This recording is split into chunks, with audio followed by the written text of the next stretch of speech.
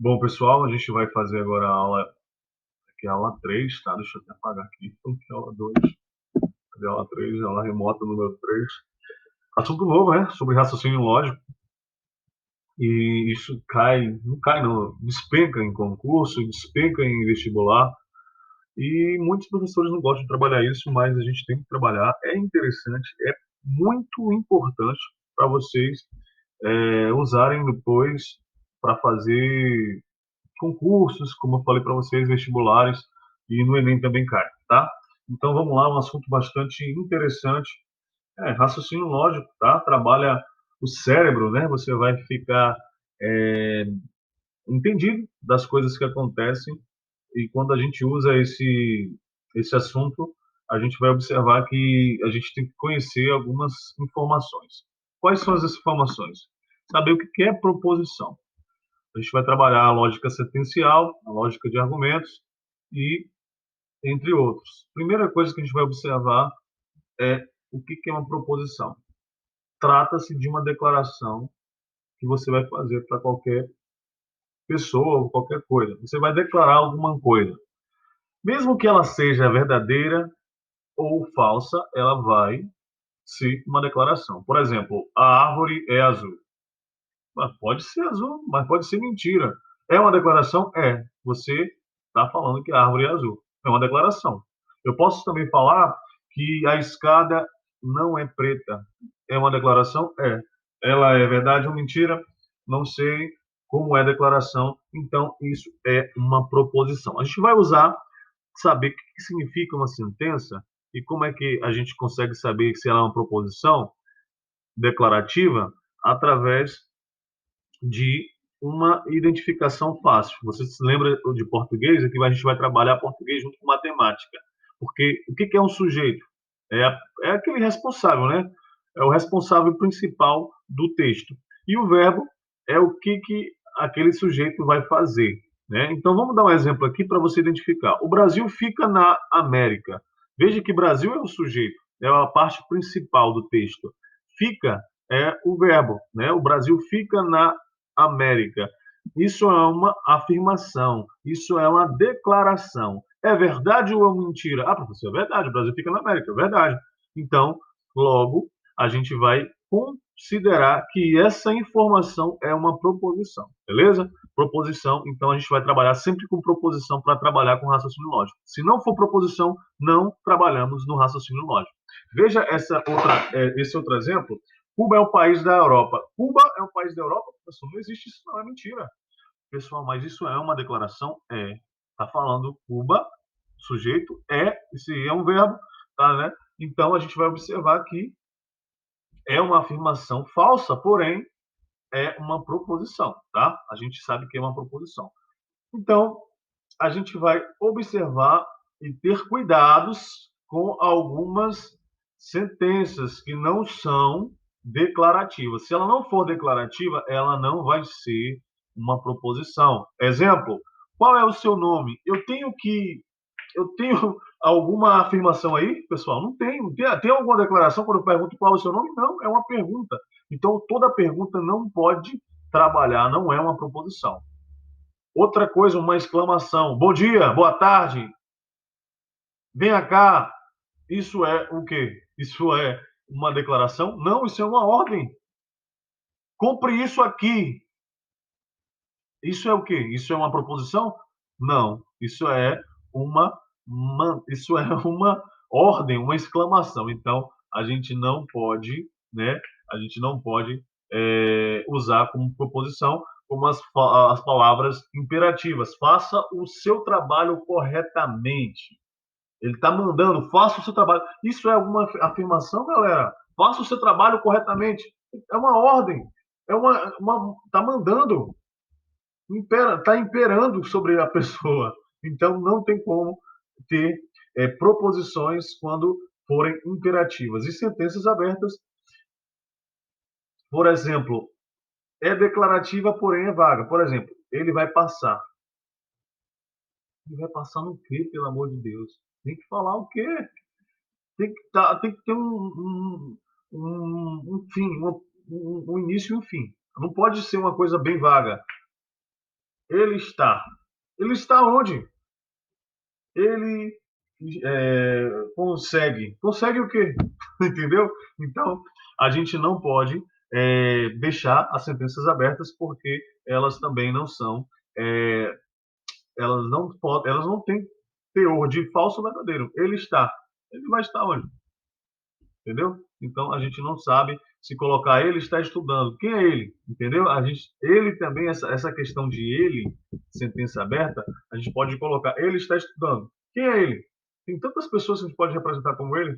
É um sujeito indeterminado, a gente não pode saber se é falso ou verdadeiro. Beleza? Então, essa questão é uma sentença aberta. Veja outras afirmações que não é preposição. Olha aqui, às vezes não tem pergunta, não tem palavra, mas tem número. Veja essa primeira afirmação. X mais 4 é igual a 5. Você sabe quanto que é o valor de X? Não. Porque X aqui... Ah, professor, X é 1. Beleza, mas aqui está falando que é 1? Não. Então, essa aqui é uma sentença aberta. Você não sabe se o X é 1 ou não. Então, ela é uma sentença aberta e não é uma preposição. Veja o número 2. O país fica na América. Qual país que fica na América? Você vai saber? Não. Então, também não tem como tirar as conclusões, então logo não é uma proposição. E aí, galera, vai entrar a parte que a gente vai mais estudar, é a proposição composta. O que é a proposição composta? É a união de duas proposições. Composto é porque tem duas ou mais, na verdade, né? Pode ter até mais. E aí vamos observar. A proposição simples é uma afirmação declarativa, né? Verdadeira ou falsa. E aí, se eu tiver duas afirmações, ou seja, se eu tiver duas declarações, se eu tiver duas proposições simples, vai se tornar uma proposição composta. Mas para eu juntar uma proposição com a outra, eu tenho que ter conectivos. E aí você vai observar que a gente tem que possuir conectivos. E quais são eles? Bom, os principais são esse aqui, a negação, e são os únicos, na verdade, né? Um conectivo de negação que, na verdade, ele nem une, ele, na verdade, ele altera. O que é negativo, ele vai alterar. Ou seja, se a proposição é verdadeira, se eu coloco esse conectivo, vai falar que essa proposição é falsa. Negar é falar que inverte. Se é positivo, vira negativo. Mas aqui não tem positivo e negativo, aqui tem verdadeiro e falso. Se aqui é verdadeiro, vai virar falso. Se é falso, vai virar verdadeiro. Beleza? Agora sim, esses daqui de baixo são conectivos de adição. Vai adicionar uma proposição simples com a outra proposição simples. Veja aqui, essa proposição aqui. Conjunção, veja esse conectivo aqui, pessoal. Conjunção, o símbolo dele é a gente pode representar, galera, um V de cabeça para baixo, né? A gente representa assim. Ou então, aquele chapeuzinho. Conjunção é um V de cabeça para baixo, ou então o chapeuzinho, né, o circunflexo, né, que o pessoal usa. E a gente representa ele, o nome dele é I. Quando eu pego uma proposição simples e adiciono com a outra, a gente pode representar com a conjunção. E aí eu vou mostrar para vocês um exemplo claro disso aqui. Márcia não é parda. Essa primeira proposição fala da negação, né? Negação. Digamos que Márcia é parda. Se eu quero negar isso aqui, eu uso esse tracinho aqui. Márcia não é parda. Já na 2 da conjunção, como eu estava querendo explicar agora, está na número 2, o Brasil é um país. Isso aqui é uma proposição simples. Cuba fica na Europa. É outra proposição simples. Se eu quero adicionar os dois com a conjunção e, basta colocar aí no meio. Vai ficar o Brasil é um país e Cuba fica na Europa. Veja que a gente vai representar com o símbolo circunflexo no meio das proposições. Eu posso representar a proposição o Brasil é um país com a letra P, eu posso representar Cuba fica na Europa com a letra Q, tá? E aí o símbolo de E no meio delas aí, isso aqui é uma expressão através de símbolos, tá? A gente vai chegar lá também, tá? Veja que na 3 cai o dólar ou cai o ministro. Isso aqui, ó, cai o dólar. É uma proposição? É, tá falando que o dólar tá caindo. Qual é a negativa, por exemplo? Qual a negação disso? Não cai o dólar. Beleza? Só que aí, pessoal, tem outra informação, tem outra proposição simples. Cai o ministro, né? O ministro é o sujeito, cai é o verbo. Vejam aí que são duas proposições, está unido a um conectivo. Esse conectivo aqui é o ou, a gente chama também de disjunção. Disjunção. Ou é disjunção e é conjunção. Ou a gente vai representar com um símbolo parecendo a letra V, tá? E aí a gente pode representar por símbolos as proposições, a primeira proposição simples junto com a segunda proposição simples e usar o ou no meio delas aí, como a gente representou ali. Digamos que o dólar cai, né?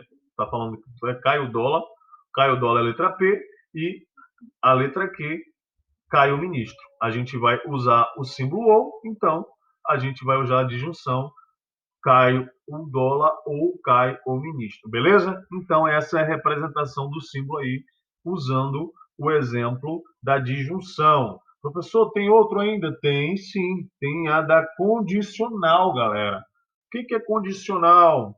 É um tracinho para o lado direito. Esse tracinho com seta para o lado direito é o se então. É muito usado, galera. É muito usado em concurso. Você tem que entender. Se então, o que acontece? A gente vai colocar o símbolo no meio das duas proposições simples, porém o se é início da frase. A gente vai dar um exemplo agora. Ó. Se eu estudo, então eu vou passar. Logo, o se então é uma condicional. Veja lá, ó, condicional, tá? Isso aqui é um símbolo que a gente vai usar bastante de condicional. Se eu estudo, então eu passo, tá? Lembra que eu estudo é uma proposição simples, eu passo é outra proposição simples. A gente pode representar isso através de letras maiúsculas, falando que a proposição eu estudo é a letra P, a proposição eu vou passar é a preposição que. Basta eu fazer uma representação de P, C, então, Q. Beleza? A gente pode fazer dessa forma usando os símbolos P sendo eu estudo e Q eu vou passar. Beleza? Isso aí é uma expressão aqui usando em letras e aqui a expressão usando símbolos. Beleza? Outro exemplo, galera, a gente pode usar também o se e somente se. A gente fala que é uma bicondicional. Bicondicional. Pessoal, lembrem-se, tem conjunção, letra E, conjunção, disjunção, conjunção, letra, ou, né? Não é letra, na verdade. Então vamos de novo aqui, ó. Conjunção e disjunção ou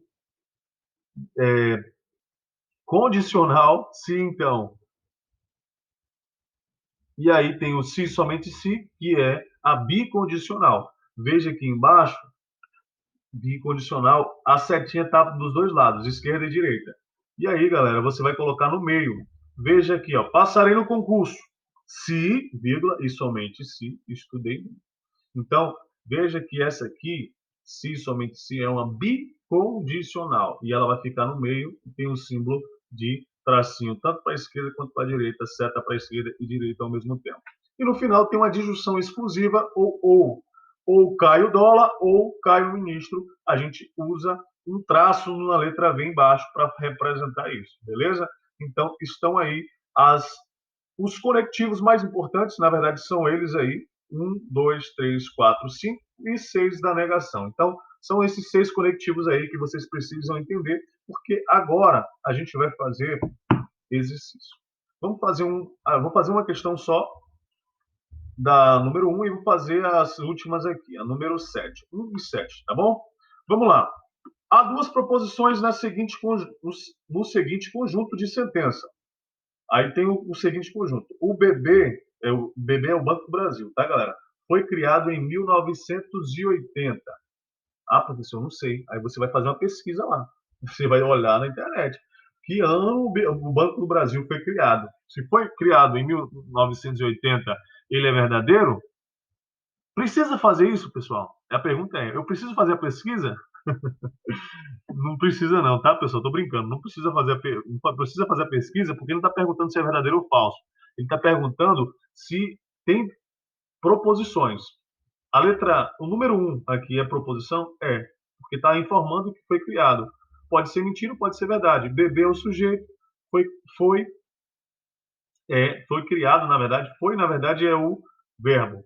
Sujeito e verbo, então, estão aí para representar que esse número um é uma proposição. Vamos ver o 2. Faça seu trabalho corretamente. Está mandando, né? Então não é. Veja número 3. Manuela tem mais de 40 anos de idade. É verdade ou mentira? Ah, professor, dá para saber se é verdade ou mentira. Então, galera, a número 3 é uma proposição. A 2 não é, porque está mandando, faça seu trabalho corretamente. É uma imperação, está imperando. Então, é a número 1, número 3. Se ele está falando que há duas proposições no seguinte conjunto, então, certa resposta, porque existe duas proposições mesmos aí. Vamos para o número 7 que eu falei para vocês. A resposta branda acalma o coração irado. É uma proposição lógica simples. E aí, galera? A resposta branda acalma o coração irado. Pessoal, isso aqui é uma afirmação ou não? A resposta branda é um sujeito. Professor, eu não sei como é que é isso não, velho. É isso que eu tenho que falar para vocês. Vocês têm que entender o que é sujeito, o que é verbo. Tá falando que a resposta branda acalma o coração irado. Tá falando que ela acalma. É verdade ou mentira? Pô, professor, dá para saber. Às vezes que a resposta branda não acalma. Então isso aqui é uma afirmação, galera. Tá falando que a resposta branda acalma o coração irado. Acalmar é o verbo, tá acalmando. É o verbo.